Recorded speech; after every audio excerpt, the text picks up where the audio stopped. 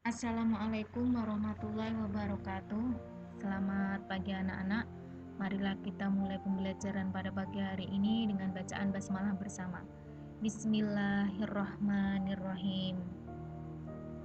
Anak-anakku, di pertemuan kali ini kita akan langsung memasuki bab yang kedua, yaitu tentang semangat menuntut ilmu untuk meraih martabat mulia. Dan untuk bab yang pertama pada semester genap tentang bacaan gharib, saya tidak akan mengadakan ulangan harian, tapi penilaian cukup melalui praktek bacaan yang kalian lakukan kemarin. Dan yang masih belum mengirim video praktek tersebut, masih saya tunggu untuk mengirimkan videonya kepada saya agar bisa mendapatkan nilai. Anak-anak, setiap orang muslim itu diwajibkan untuk menuntut ilmu. Dalam menuntut ilmu itu pun ada adab-adab yang harus kita ketahui. Materi menuntut ilmu kali ini kita akan melajari dari dasar Quran Surat Abasa ayat 1-10 dan Al-Mujadalah ayat 11. Tapi sebelumnya kita harus belajar dulu konsep ilmu dalam Islam. Apa itu sebenarnya ilmu? Ilmu secara bahasa adalah pengetahuan, sedangkan secara istilah pengetahuan yang dihimpun melalui metode ilmiah. Modal memperoleh ilmu antara lain akal, hati, pendengaran, penglihatan, pengamatan, keinginan, usaha, percobaan, dana, waktu, dan yang terutama adalah guru. Dalam mencari ilmu kita harus mempunyai yang namanya guru yang mengajarkan kita tentang pengetahuan tersebut. Sikap yang harus dimiliki pencari ilmu itu adalah fokus, konsisten, disiplin, dan kontinu atau berkelanjutan. Manfaat memiliki ilmu antara lain membedakan benar dan salah, meninggikan derajat manusia, dihargai orang lain, meraih kebahagiaan dunia akhirat, dan lain sebagainya. Berikut yang pertama adalah dari Quran Surat Abasa ayat 1-10. Silahkan kalian dengarkan ayat tersebut dan juga sambil membaca arti dari ayat tersebut. أعوذ بالله من الشيطان الرجيم بسم الله الرحمن الرحيم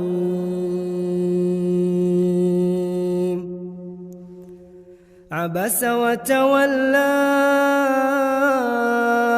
أن جاءه الأعمى وما يدريك لعله يزكى أو يذكر فتنفعه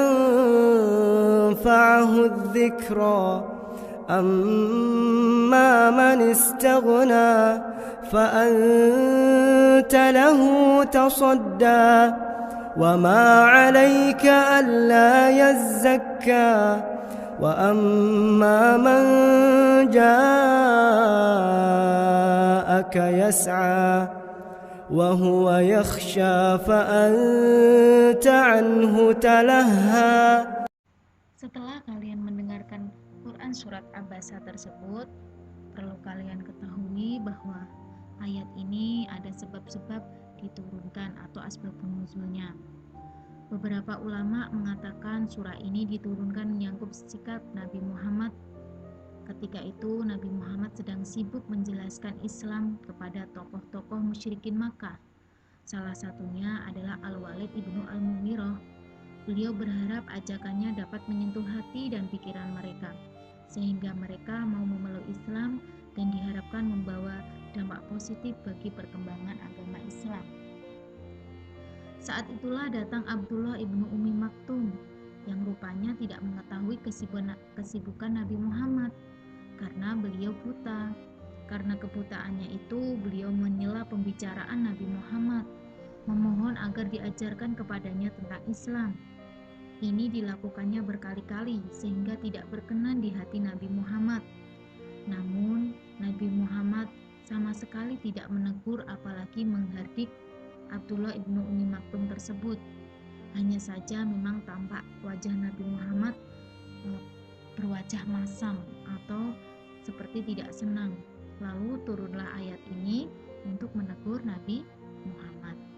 Jadi dalam Quran surat Abasa ayat 1-10 ini, Allah itu ingin memerintahkan kepada Nabi Muhammad agar tidak berpaling dari orang yang ingin membersihkan jiwanya, membersihkan diri dari akhlak tercela dan ingin mendapatkan pengajaran. Kemudian tidak terlalu berharap kepada para pemuka Quraisy akan keislamannya. Allah lah yang akan memberikan petunjuk bagi yang Dia kehendaki. Nah, ini berikut arti mufradat dari Quran surat Abasa. Isi kandungan Quran surat Abasa ayat 1-10. Dalam ayat ini, Allah juga memerintahkan kepada Nabi Muhammad agar tidak menghususkan memberi peringatan kepada seseorang, namun wajib menyampaikan ajaran Muslim kepada siapa saja, tidak membedakan kaya, miskin, pejabat, ataupun rakyat biasa. Sambutan yang baik kepada orang yang datang dan membutuhkan itu lebih baik dan wajib, karena kewajiban kita adalah mendidik kaum muslimin, terutama bagi yang menginginkan pengetahuan dan pengajaran. Ayat-ayat di atas mengajari kita akan pentingnya kepedulian terhadap sesama muslim dan menebarkan ilmu keislaman kepada mereka. Dalam ayat ini juga mengandung beberapa hal terkait etika pengajaran, antara lain sebagai seorang mukmin wajib mengenali orang yang membutuhkan bantuan, sehingga kita juga harus membantu orang-orang yang membutuhkan bantuan, baik itu dalam hal pengetahuan ataupun hal yang lainnya. Yang kedua, memberikan pelayanan yang proporsional dan profesional. Yang ketiga, pelayanan yang diberikan harus dengan niat yang ikhlas dan menyerahkan hasilnya kepada Allah. Sebagai manusia, tugas kita adalah mengamalkan ilmu yang kita punya kepada siapapun. Untuk hasilnya adalah dari Allah Subhanahu wa Ta'ala. Yang kita harapkan adalah setiap ilmu yang kita punya adalah bisa bermanfaat bagi diri sendiri maupun orang lain. Ayat-ayat di atas juga mengajarkan sebagai seorang guru hendaknya memberikan penghargaan dan pelayanan yang sama. Artinya harus bersikap adil terhadap siswa-siswinya ataupun orang yang menjadi muridnya. Selalu husnudon, harus bersikap cermat dan hati-hati dalam mengambil suatu tindakan. Adil, penuh kasih sayang, menjunjung tinggi kesopanan dan lemah lembut terhadap muridnya. Selanjutnya adalah Quran surat Al-Mujadalah ayat 11. A'udzu billahi minasyaitonir rajim. Bismillahirrahmanirrahim.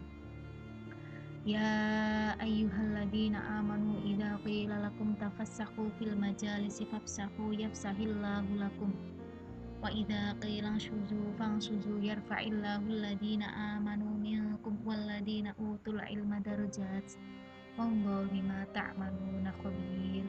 Artinya, wahai orang-orang yang beriman, apabila dikatakan kepadamu, berilah kelapangan di dalam majlis-majlis, maka lapangkanlah, niscaya Allah akan memberi kelapangan untukmu.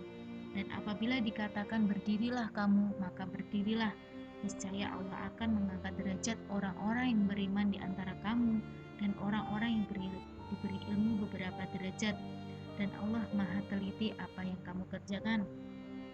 Di bawah ini ada arti dan mufradat, bisa kalian baca sendiri. Selanjutnya isi kandungan dari Quran surat Al-Mujadalah ayat 11.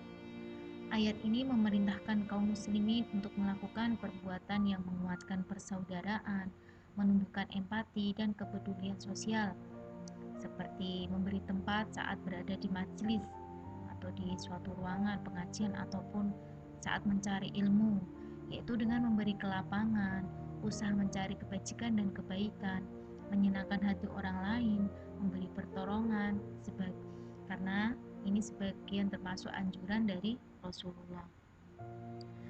Dalam hadis disebutkan, wallahu fi aunil abdi ma kana al-abdu fi auni akhihi, rawahu Muslim, dari Abu Hurairah, yang artinya Allah selalu menolong hamba selama hamba itu mau menolong saudaranya. Berdasarkan ayat ini juga para ulama berpendapat bahwa orang-orang yang hadir dalam suatu majelis dalam menuntut ilmu, itu ada beberapa hal yang harus kita lakukan atau adab-adabnya, etikanya. Yang pertama adalah saling menghormati. datang tepat waktu, selalu menjaga suasana yang baik, menjaga persaudaraan sesama muslim, saling tenggang rasa. Bagi yang lebih dahulu datang hendaknya bertempat di depan, lalu yang terlambat itu di bagian belakang agar memberi kelapangan bagi yang belum datang tersebut. Dari ayat ini dipahami bahwa orang-orang yang mempunyai derajat yang paling tinggi di sisi Allah ialah orang yang beriman dan berilmu yang diamalkan sesuai dengan perintah Allah dan Rasul-Nya. Di akhir ayat juga disebutkan bahwa Allah menegaskan Dia Maha mengetahui secara detail semua yang dilakukan manusia. Tidak ada yang tersembunyi baginya. Dia akan memberi balasan yang adil sesuai dengan perbuatan masing-masing. Jadi perlu diketahui bahwa inti dari Quran Surat Al-Mujadalah ini adalah untuk kita menumbuhkan sikap persaudaraan, rasa kepedulian sosial, seperti saat dalam majlis kita memberi tempat kepada saudara-saudara kita yang baru datang, ataupun dengan kita berbuat baik menolong mereka.